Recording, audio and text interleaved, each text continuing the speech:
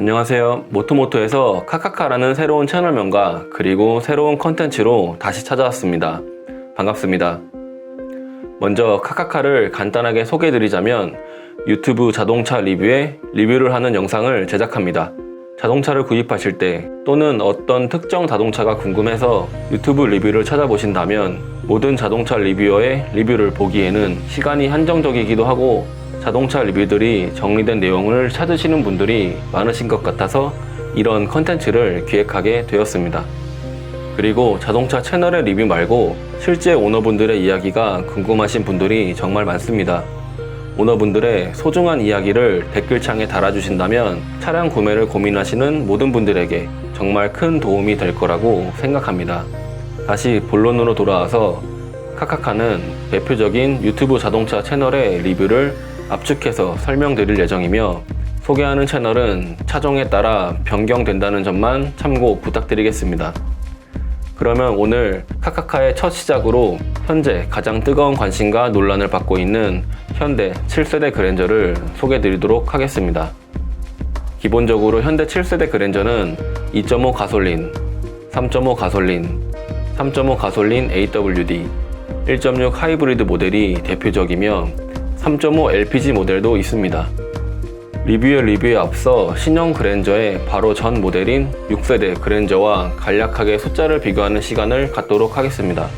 2.5 가솔린 기본 모델은 3,716만원으로 2020년형 6세대 그랜저보다 422만원가량 가격 인상이 있었습니다.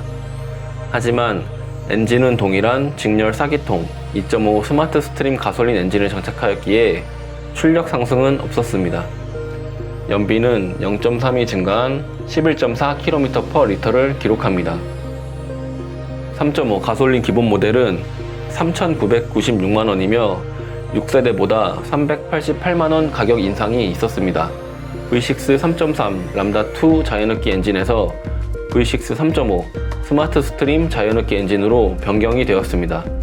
이로 인해 마력은 10마력 상승한 300마력을 기록하고 토크는 1.6이 상승한 36.6kgm를 기록합니다. 배기량이 소폭 증가한 만큼 출력도 소폭 상승하게 되었습니다.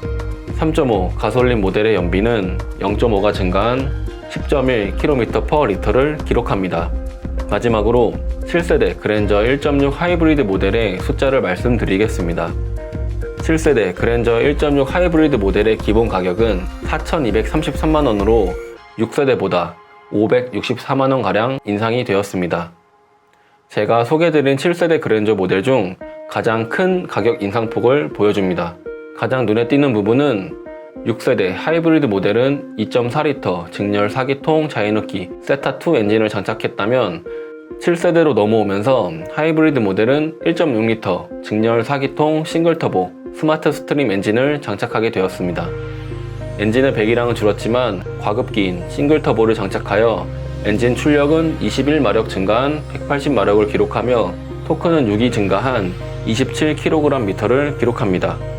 7세대 그랜저 하이브리드 모델은 엔진의 출력 증가뿐만 아니라 하이브리드 모터의 크기도 증가하게 되어 모터 출력은 9마력 상승한 50마력을 보여주고 모터 토크는 5.9가 증가한 26.9kgm를 기록합니다.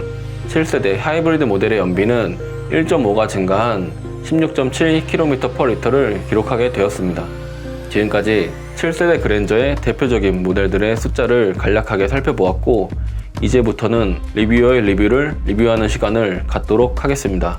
오늘 그랜저 리뷰는 모트라인, 모카, 오토뷰, 그리고 노보스 총 4개의 리뷰를 소개해 드리도록 하겠습니다. 먼저 2.5 가솔린 모델부터 시작하겠습니다. 모트라인은 2.5지만 충분한 힘을 발휘하며 출력만 가지고 3.5를 갈 필요가 없을 정도로 출력이 충분하다고 이야기를 했습니다. 하지만 모카에서는 2.5 모델은 출력이 부족하고 가속력이 답답하며 가속 페달의 반응의 이질감이 높다고 평가를 했습니다. 추가적으로 엔진과 미션의 궁합이 좋지 않아서 살짝 엑셀을 밟아도 자꾸 고RPM을 사용하여 시끄럽다고 설명을 했습니다. 2.5 모델의 주행 감각 및 승차감에 대해서는 모트라인은 K8보다 더 딱딱한 승차감이며 승차감으로만 본다면 K8이 더 좋다고 이야기를 했습니다. 그랜저의 부드럽고 묵직한 하체 느낌이 좋고 제네시스 G80보다 더 하드한 느낌의 승차감이라고 표현을 했습니다. 하지만 모카에서는 2.5 모델은 전반적으로 정말 부드럽고 승차감도 정말 부드럽다고 이야기를 했으며 승차감이 6세대보다는 개선되었지만 그렇다고 그렇게 좋지는 않다고 평가하였습니다. 3.5 가솔린 모델에 대해서 말씀드리겠습니다. 모카는 2.5와 3.5의 출력 및 세팅 차이가 정말 크다고 이야기를 했으며 그랜저는 3.5를 기준으로 만들어진 것 같다고 이야기를 했습니다.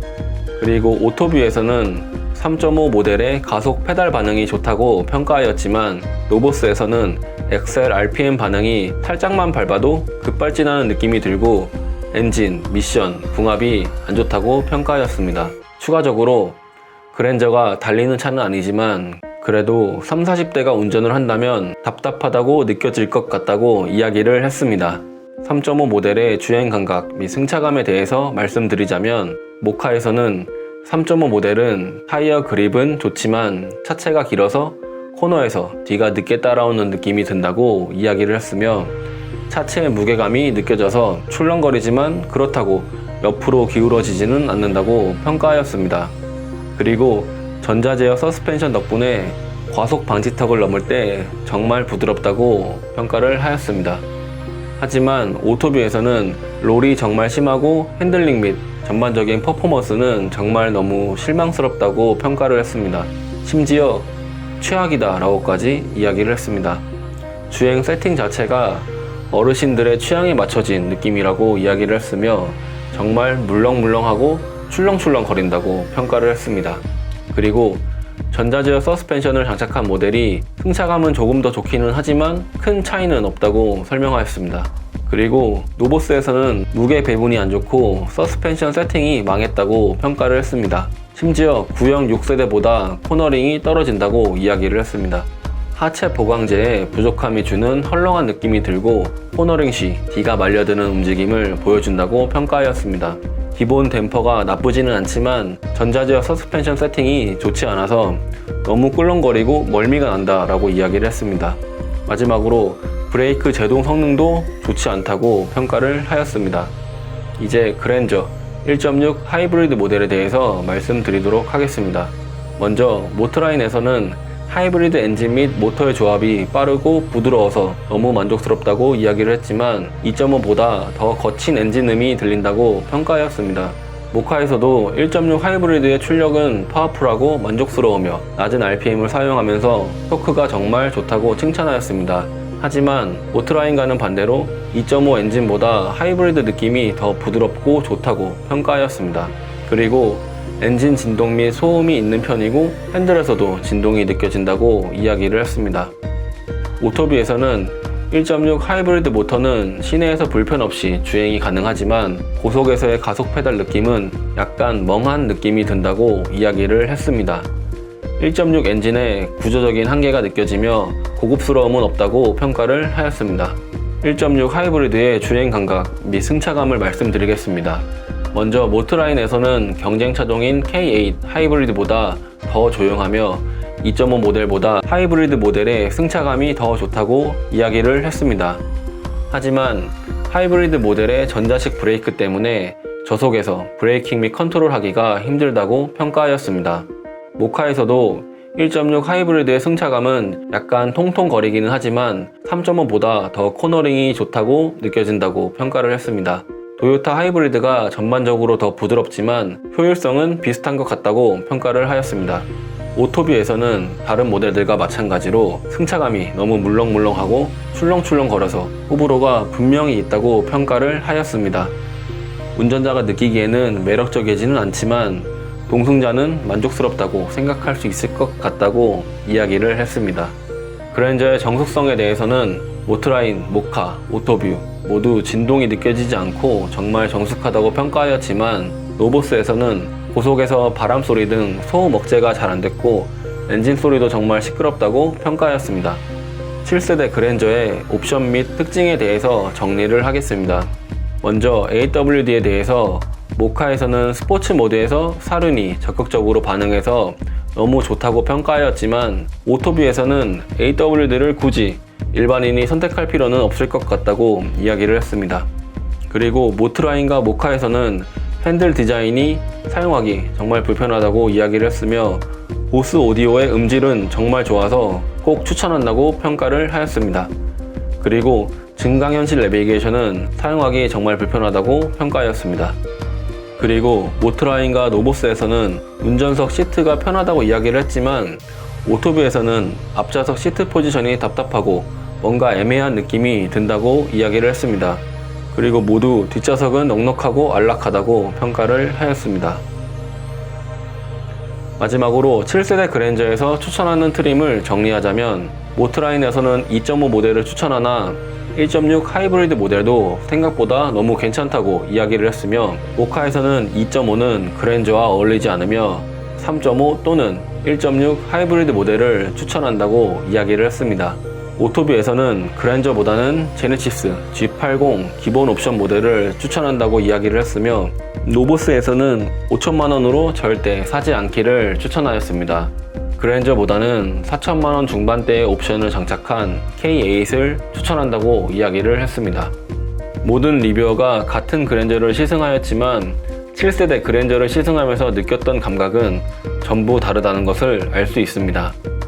여러분들도 차를 선택하실 때 리뷰를 참고하시는 것도 좋지만 꼭 직접 시승해 보시기를 권장드립니다.